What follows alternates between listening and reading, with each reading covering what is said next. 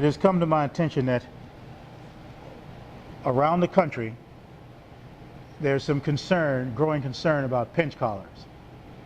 Now, I don't really know what the person or persons know or think they know that's saying that they should be outlawed. There are people complaining that it's inhumane. I mean, there are a lot of, there seems to be a lot of statements going around on the negative side.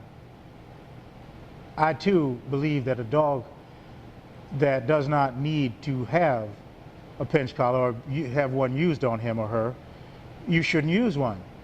But what about the dogs that do? And for those among you that seem to think that no dog needs one, you are the same people, and I would tell you this if we could sit and talk, that also condemn the dog when he's not doing what you think that he or she should with regard to how you think they should be.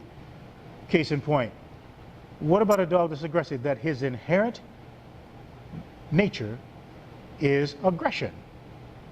All right, let's say this dog is being aggressive with his owner, which is the worst time it could be happening as far as I'm concerned.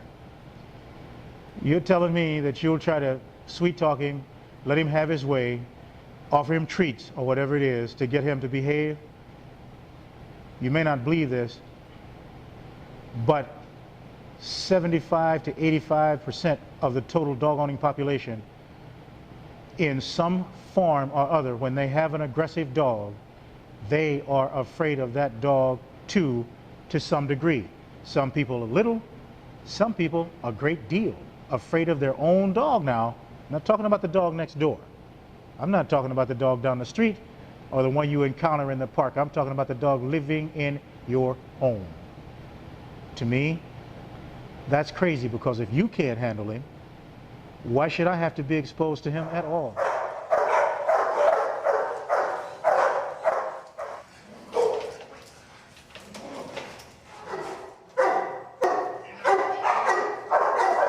That are not just aggressive. Nah, you got Rottweilers for that. You got German Shepherds for that. You got Dobermans for that. I'm talking about aggressive dogs. I'm talking about dogs that, if you should pardon the expression, because I know that many of us seem to, I don't know, we can't seem to stomach the truth, but the average dog that I'm speaking of, I'm talking about really aggressive dogs on top, what I consider to be awesome canine guardians, will kill the average Rottweiler or German Shepherd. The Doberman, he doesn't have anything coming from either one of the others. I mean aggressive dogs.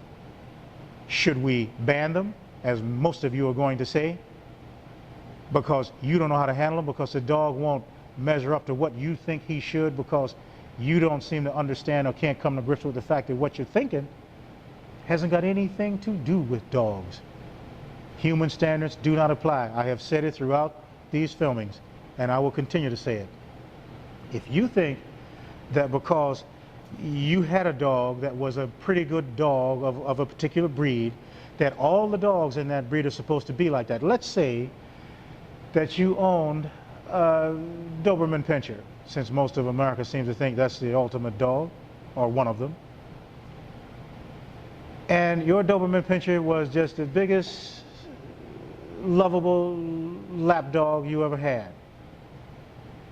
If you owned one that was like that, you should have gotten rid of him by my standards, because if he was supposed to be a guard dog and the Doberman is supposed to be a tough dog, then he was surely a very, very poor representative of the breed. But instead of that, you brag about how useless he is. Okay, wrong term. What a nice dog he is, what a great pet he is, and how the children can jump up and down in his stomach and slap him and pinch him and pull his ears, and he does nothing. Don't send your children to the real dogs. Now, a Doberman Pinscher, same breed, that would bite that child, you say he's a bad dog, he must be destroyed. You want to kill the good dogs, keep the useless ones, and then you can't figure out why the canines that most of the time that the registries are keeping or recognizing They won't do the job that they were bred to do, and you can't figure out why.